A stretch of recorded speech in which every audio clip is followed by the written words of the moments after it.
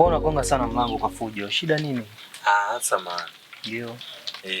Bosi wako yupo? Bosi yupo, ametoka ameenda kazini.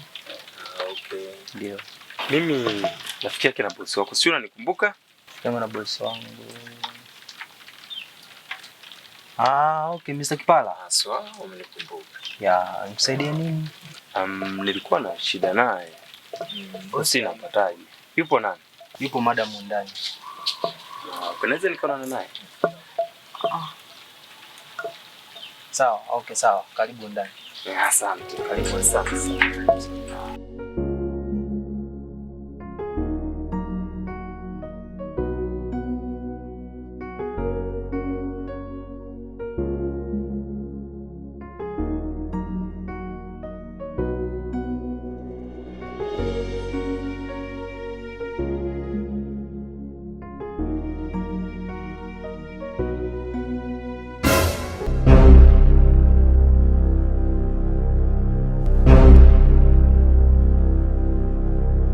Mbona fungia mlango?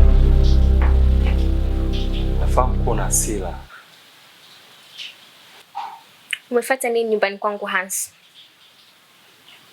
Nimekuja kwako Chichi.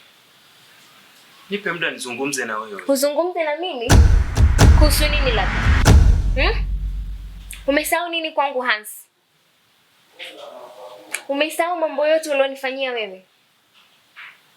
Sasa hivi mimi ni mke wa mtu. Umenielewa? Naomba uondoke kabla mume wangu aje kukuta hapa. Toka Hansi. Chichi. Siwezi kuondoka hapa kwako. Mpaka unipe muda wa kuzungumza mimi na wewe. Na nitakaa hapa mpaka mume wako atanikuta na nitamwambia kila kitu kinachoendelea mimi na wewe. Kumbe umekuja kuniharibia ndoa yangu Hansi. Umekuja kuniharibia ndoa yangu na kuuliza.